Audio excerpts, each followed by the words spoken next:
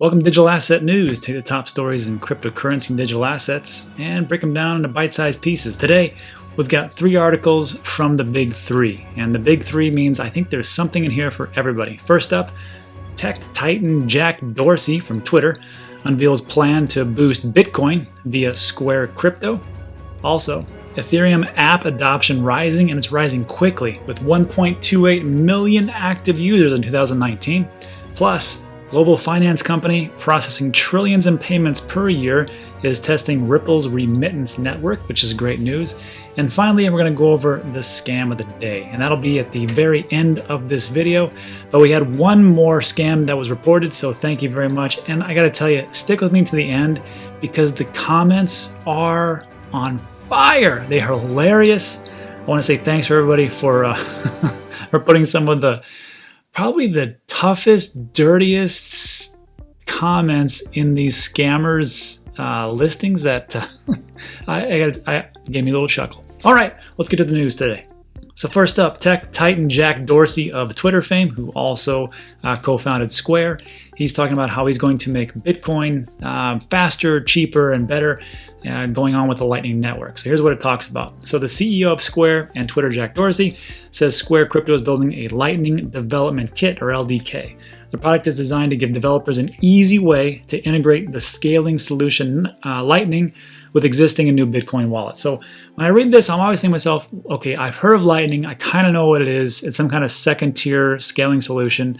And I know it's supposed to speed things up, but how does it do that? So when I read these articles, I'm always like, what is that? What is that? What is that? So I had to look it up. Here's what I found out.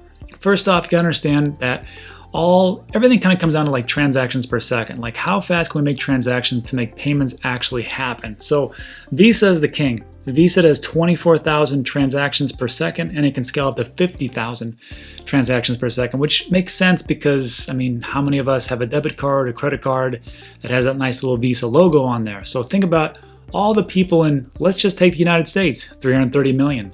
Let's take them around the globe. There's billions of people. So Visa has to be that type of fast, that type of speedy. So makes sense.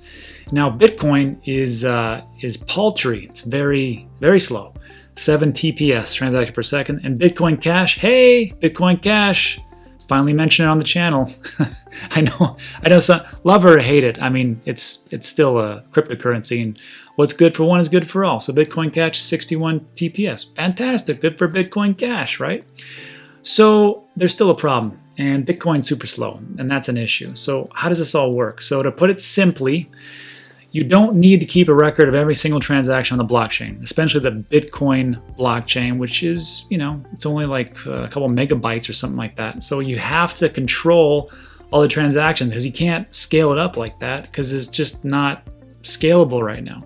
So instead, the Lightning Network adds another layer to Bitcoin's blockchain and enables users to create payment channels between any two parties in that extra layer.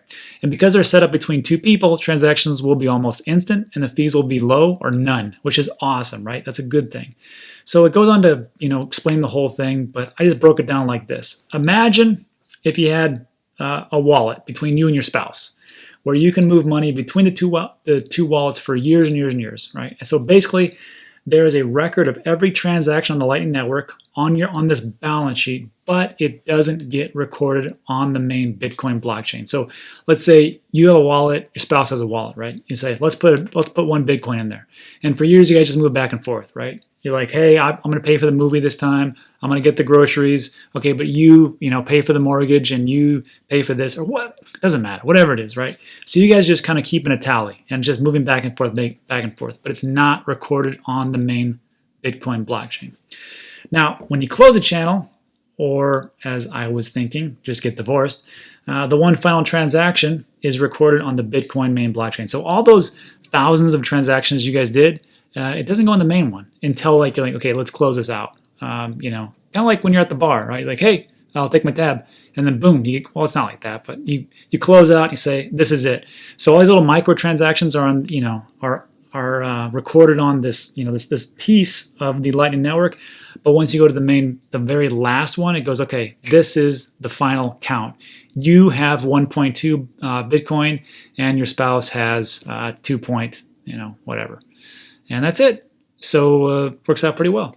This means that all of those petty transactions aren't going to gum up the main Bitcoin blockchain. Because you can imagine, like, all those thousands of transactions would have been on the main net. And now you don't have that issue. You just have one last one, and yeah, so it works out pretty well, and there's no transaction fees or very low. So the thing I was thinking of was, well, how is that going to be scalable for everybody? Because if it's just you and your wife, I mean, who cares, right? Or you and your husband, or whatever, who cares? But the most exciting thing here is that once the technology is widely adopted, talking about Lightning Network, you won't necessarily even need to set up a dedicated channel to send funds to any certain person. Instead, you'll be able to send payments to someone using channels with people that you are already connected with. The system will automatically find the shortest route. So as more people come in, it gets faster. More people come in, it gets faster and faster and faster. So, I mean, this could be big for Square. This could be big for Twitter too, because you can have like a nice little Bitcoin tip bot, and just kind of make these connections all the way throughout the whole ecosystem of Twitter, and everything's working great. Now, I personally use the XRP tip bot because it's fast and it works and it's functional, but whatever. So that is Lightning Network in a nutshell. They did say, Square Crypto says it's considered a number of ways to supercharge Bitcoin adoption and consulted with dozens of developers before deciding to create that Lightning development kit. And I thought it was pretty cool because some companies, they don't really consult like their users to say like, hey, what should we do to make things better? I mean, sometimes they send out like crappy like little surveys and things like that, but it doesn't work out great. But here you have an example of like they reached out to their community and said, hey, look, we want to do something good. We want to increase things. So what's the best way for you guys? And they all responded and it worked out. And this is the same thing. I mean, I've done this with my businesses. I reach out to my customers, to my students. I mean, I even do it on the channel. If you've noticed, I put up polls and I say, hey, do you want me to do the scam of the day in the beginning, in the middle, or the end? And people, they kind of said, we like it at the end. Okay, put it at the end. And then for the music, I said, hey, do you want me to do it this way or that way? Well, we want you to do it this way. Okay. So like, I mean, really, if it comes down to it, I mean, you guys are the boss, not me. I just tell you, what you guys want to see and hear and talk about. And that's pretty much it. That's, business 101, essentially. Anyhow, going on, it states, although it believes Lightning is crucial to Bitcoin's long-term success, the company says the technology is incomplete in its current incarnation. Lightning launched back in March of 2018 and has so far failed to see widespread use, with the vast majority of Bitcoin users opting to send and receive Bitcoin without it. And when I read that, I thought about it. I go, it is weird though. You have the second layer solution. It could speed everything up and it could lead to mass adoption, but Bitcoin proponents just don't want to use it. I don't know what that is. I mean, sometimes ideas just don't catch on. So maybe with Square and maybe Twitter doing this type of thing, maybe it will catch on because it's a social media platform and it gets used by millions and millions every day. I don't know. We will see. Square Crypto says it's a matter of time until instant low-fee Bitcoin payments are as common as cash used to be. And that's a good point. Depending on your age of the channel, and I can tell you, like my channel, I'd say like a third of everybody listening here is below 25. And then, 32. And then 2/3 are above that age. So for you guys who are a little bit younger, like trending on the younger age, you guys don't remember what it was like before the internet. The dark ages when there's nothing really going on. You had to actually do stuff. That and like texting and all those things. I mean, texting, when it first came out, no one used texting. I was like, that's stupid. Why would I text somebody? I can just call somebody. And I don't have to, press these numbers all the time. And now, I mean, who calls anybody, right? Unless it's like an emergency. So it just takes some kind of catalyst to catch on, and then it just moves forward. So hopefully it works out. And I'm excited because, Bitcoin's one of my main six. So I got Bitcoin, Ethereum, XRP, EOS, Chainlink, and Cardano. I think one of those is going to pop off this year, so we will see which one it is. And that's it for this article. Let's move on. Next up, this was a pretty cool one. It talks about Ethereum app adoption rising with 1.28 million users in 2019. Now, I had read a report back in early 2019 where they said that dApps weren't really being integrated. People weren't using them. It was like an afterthought. And Ethereum was going to be dead, which was amazing because now here we are. And I just did a video yesterday which talked about how because of the decentralized finance or DeFi, it's going to push Ethereum up into the 1 trillion market cap, and why it could do that. And I talked about derivatives and the amount of money in derivatives, which is 1.28 quadrillion, and how DeFi is going to revolutionize everything. And I'm going to link it at the end of this video. You can watch that also, that video, but it's pretty interesting. So, and then real quick, if you think about it, 1 trillion market cap for Ethereum, that's like $10,000 per 1 Ethereum. Amazing. All right, getting into it. So, in 2019, a total of 1.28 million new users engaged with decentralized apps, or Dapps, built on Ethereum, according to Dapps.com, with 128,000 returning users. I'm like, what's Dapps.com? Well, first of all, Dapps.com doesn't exist, but Dapp.com, D-A-P-P.com exists. Dapps is some other, I don't know what that is. So Dapp has got decentralized app, decentralized games, all these things. And it's pretty cool. I'm actually going to have to download some of these games. They're pretty cool. Except for Blockchain Cuties. I probably will not get that one. But this, I'll take Sumo and Swords and Magic. Sure, why not? All right. So essentially, these are all just games you can download built on a decentralized apps. Cool. And it goes on to state that nearly half of all active Ethereum Dapp users have used DeFi apps, or DeFi Dapps in 2019. 70% of the volume generated by the native Ethereum token was the use of decentralized exchanges and financial services such as lending, etc. And that leads into that video I was just talking about, DeFi to a trillion. And I can see why. It just makes sense using decentralized apps for DeFi. You can essentially have smart contracts just running 24/7. Human interaction is limited, if anything, at best. And you can start to do a lending platform, trading platform, and everything just kind of becomes automatic without the inference of human error. So sure, I could see that. And if you can just take a sliver of the derivatives market, which is 1.28 quadrillion, winner. But I'm going ahead of myself. All right, as for gaming application, a highly touted early use case for Dapps, the report says Ethereum is the top choice for developers. More than 200,000 users engaged with Ethereum gaming Dapps last year, which is twice as many as Tron and EOS combined. So there it is. I mean, if you're looking for mass adoption, I mean, Tron and EOS, they could be sleepers. They could, run to the top. I don't know, but looks like Ethereum has been in the game for a long time. They know who to work with. They have a pretty good network. Looks like things are actually working for them. So why not? They could be the winner. Only time will tell. Moving on. Last up, global finance company processing trillions in payments per year, testing Ripple's remittance network. And I read this and I got all excited. I'm like, all right, that's what I'm talking about. Ripple, that's one of my big three. And then I got an article and I was like, wah. So Bottom Line Technologies, a US-based payment processing consulting company, is testing Ripple's remittance network.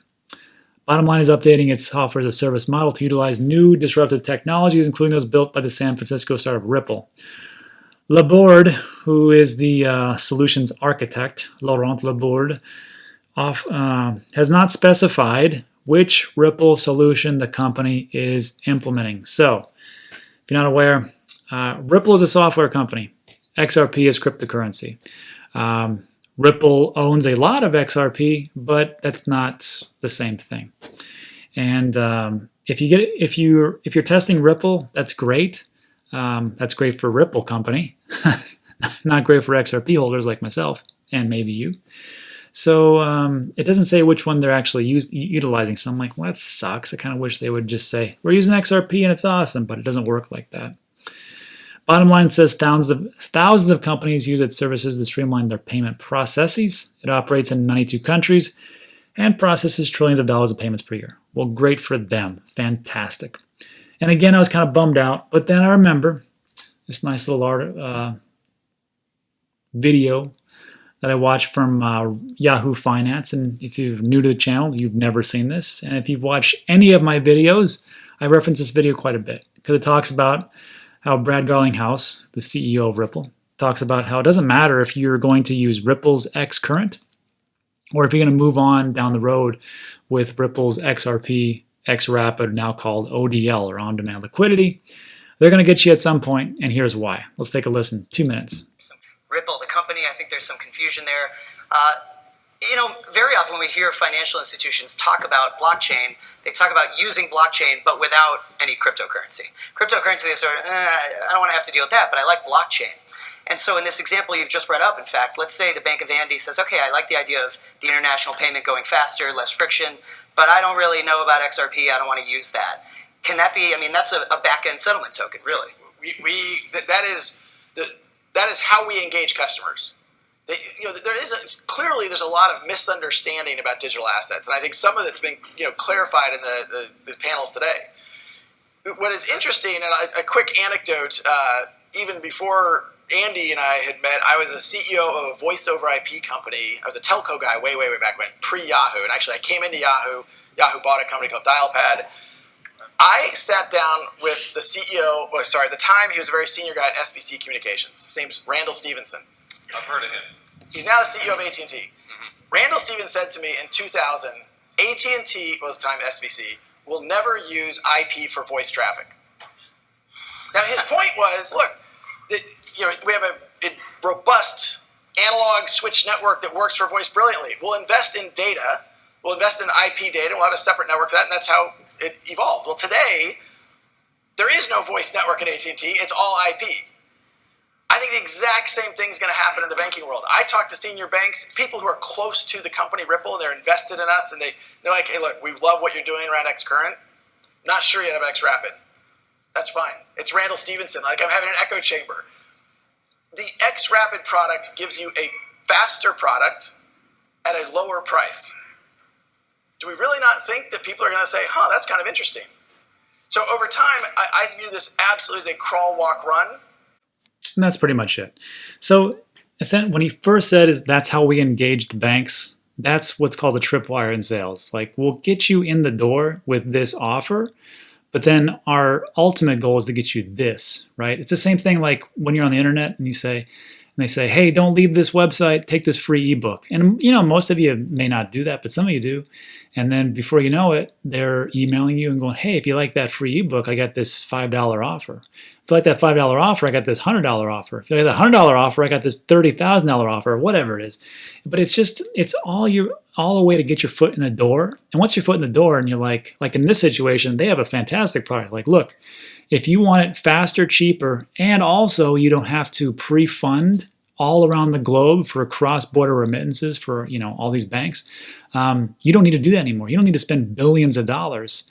Just use XRP, and you don't have to pre-fund everything in Nostro Vostro accounts, and you can free up all that money. Wonder if they'll do it. It's going to take some time because banks are not on the cutting edge of innovation. Let's be honest. I did a video yesterday. I talked about how banks suck. It's going to take 3 business days to move money from one of my banks, which is my business account, to my personal account. Not the same bank, just different banks in the United States. It sucks. Unfortunately, I'm not from Australia. Apparently, Australia's awesome, but not here. Anyhow, so yeah, that's pretty much the end of the article right there. It's just interesting to see that Ripple they're onboarding all these companies, and all these things are happening for it, yet the price doesn't move too much. So hopefully we can get rid of this this lawsuit that's going on. Maybe it can not be deemed a security, but we will see. And that is it for today's videos. Thanks for hanging with me. And now we're going to go into the scam of the day, and I got to tell you, stick around. It's only going to take 2 minutes or so, but the comments that you guys left, hilarious. Oh man, they were good. So the scam of the day was started on January 14th, and so it's January 22nd right now. So you can see that we've done pretty well as far as like removing scams. 1, 2, 3, 4, 5, 6, 7. So about 7 or 8 or so. The problem is that there's just these 2 that just keep hanging around, and it's a real nuisance. But I gotta tell you, some of the comments that people put on them was hilarious. So we'll take about this first one here. We'll go to that and check it out. And then just so you know, in every video that I do, in the description section underneath is a title. It'll say Scam of the Day. And once you click on Scam of the Day, it'll take you to the Google spreadsheet, actually the one that you see right here, and you can just report them. And it's good to help us out, because like one of the things that I saw was a problem is I sent out a poll. I said, hey, how many of you guys have actually been scammed? And out of like 600 people, around 20% said they've been scammed out of some of their money, which I found unacceptable. So we did something like this. And the other thing that I found out was that people were reporting these scams, but they weren't being removed. And I thought, well, maybe if I could put the power of the channel behind it, we can get these scams removed by just, letting the people know. So if I report this, which I'm going to do right now, that's just one person. But if you report it now, or two, and then all the thousands of people that watch this video, if every single person reports this scam video, it's going to be taken down. And then all the people that are going to come in 2020 and beyond are not going to be scammed from this guy. And that's a safer environment, and more people are going to want to actually spend their money here as opposed to putting it into some other asset, right? We want them here because this is the future, and not get screwed over by guys like this. So what we're looking for these scams is pretty simple. And first of all, the comments from you guys, great stuff. So Rob says, this site and the corresponding content creator have reported this, the SEC, the CFTC, and the FBI. Look at all those acronyms. And then Skydive for Life says, just reported the FBI. Matt says, you're going to prison, scammer. Scammer, selling the prison. I appreciate you taking my money and keeping it. Yes. Reported, scammer. How about you send me the... So pretty good stuff. So thanks to everybody. I appreciate that. But what we're looking for, first of all, we have to make sure this is a scam, right? So first, we're always looking for is like, what do the comments say? And in most of these, before this video was pointed out, actually, there was no comments. Well, actually, they were very positive, which was ridiculous. Now we have these comments. That makes sense. Okay, gotcha. And then from here, we are looking for what I call the CG.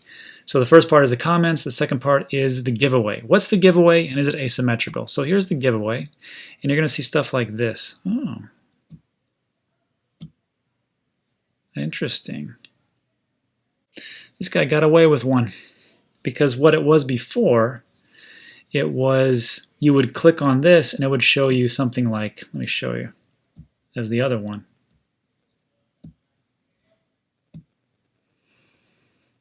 So when I'm talking about asymmetrical stuff, it's like this. Send me 1 Bitcoin, I'll give you 10 Bitcoin back. Send me 2 Bitcoin, I'll give you 20. So just so you know, I need you to get this through your head. No one's sending you free money. You're not special. No one cares that much. You're not getting free money. So if it's an asymmetrical giveaway like this is definitely a scam. So easy enough. What we're going to do is re-downvote, which I did. We're going to click on the 3 dots if the report icon isn't there. We're going to say it's spam or misleading. Choose one. All the way to the bottom. Scams and fraud. Next. This is a scam. Remove, please. Remove ASAP. And report, and we're done. So that's it. So again, if I just do this, it's only one person. If you help me out, and that's 2, and then all the other thousands of people that watch this video, we can get rid of these quickly, and that's the big thing. So that is it. Now, if you want to learn more about scams or bull runs or other videos, I've got on the left and right, there's going to be some videos of mine that's going to pop up. And that's it for today. I will see you on the next one.